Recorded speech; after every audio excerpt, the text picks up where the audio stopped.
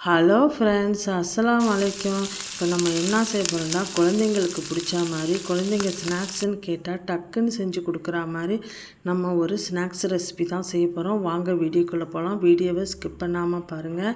நான் 1 கப்பு மைதா எடுத்திருக்கேன். அப்புறம் 1/4 கப்பு கடல மாவு எடுத்திருக்கேன். அப்புறம் பச்சரிசி மாவு அது ஒரு 3/4 கப்பு எடுத்திருக்கேன். 3/4 கப்பு போதும்.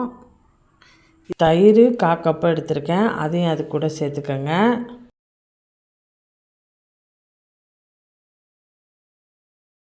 ஒரு கைப்பிடி அளவு மல்லிக்கீரை எடுத்துக்குவோம். அப்புறம் 2 கொத்து கருவேப்பிலை எடுத்துக்குவோம்.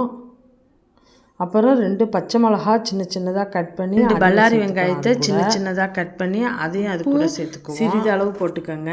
தேவையான அளவு உப்பு போட்டுக்கலாம். நான் கொஞ்சமாக போட்டிருக்கேன். குழந்தைங்க ஸ்நாக்ஸ்ன்னு கேட்டால் நம்ம சும்மா இதை டக்குன்னு செஞ்சு கொடுத்துடலாம். இப்போ எல்லாத்தையும் ஒன்றா கலந்துக்கலாம். எல்லாத்தையும் ஒன்றா ஃபஸ்ட்டு எல்லாத்தையும் ஒன்றா மிக்ஸ் பண்ணிக்குவோம்.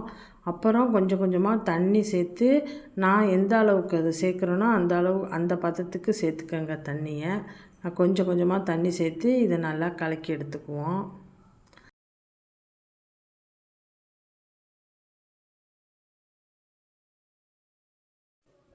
இது கரெக்டான பதம். இந்த அளவுக்கு எடுத்துக்கிட்டால் போதும். ரொம்ப தண்ணியெல்லாம் ஆக்கிடக்கூடாது.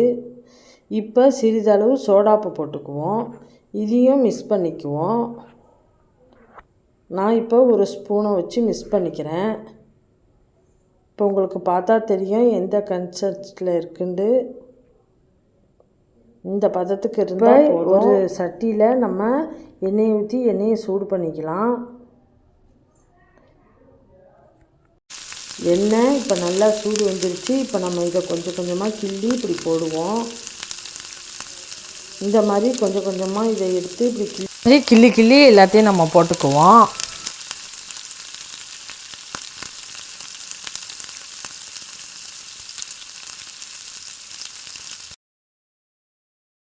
நீங்கள் இப்போ கரண்டியெல்லாம் போட்டுறக்கூடாது. அது பொரிஞ்சோன்னா தானாக எம்பி வரும். அப்போதைக்கு நம்ம பரட்டி போடலாம்.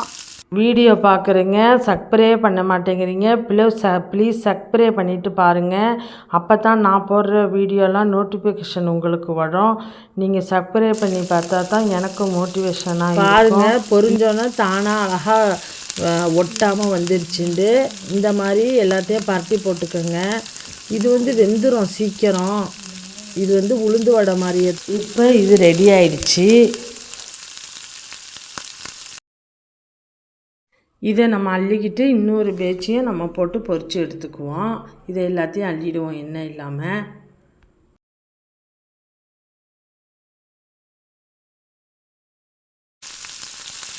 பாருங்கள், இதையும் நம்ம கிள்ளி போட்டு இதையும் நம்ம பொரித்து எடுத்துக்குவோம்.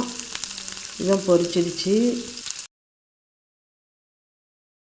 குழந்தைங்க ஸ்கூல் விட்டு டக்குன்னு ஸ்நாக்ஸ்ன்னு கேட்டால் இந்த மாதிரி செஞ்சு கொடுக்கலாம். எந்த கெஸ்ட்டு வந்துட்டாலும் நம்ம கடையில் போய் வாங்கணுன்னு தேவையில்லை. இந்த மாதிரி கூட நம்ம செஞ்சு வைக்கலாம். இந்த மாதிரி நீங்களும் ட்ரை பண்ணி பாருங்கள். இது ரொம்ப சாஃப்டாக இருக்கும். இந்த வீடியோ பிடிச்சிருந்தா லைக் பண்ணுங்கள், ஷேர் பண்ணுங்கள், கமெண்ட் பண்ணுங்கள். முக்கியமாக சப்ஸ்கிரைப் பண்ணிக்கோங்க.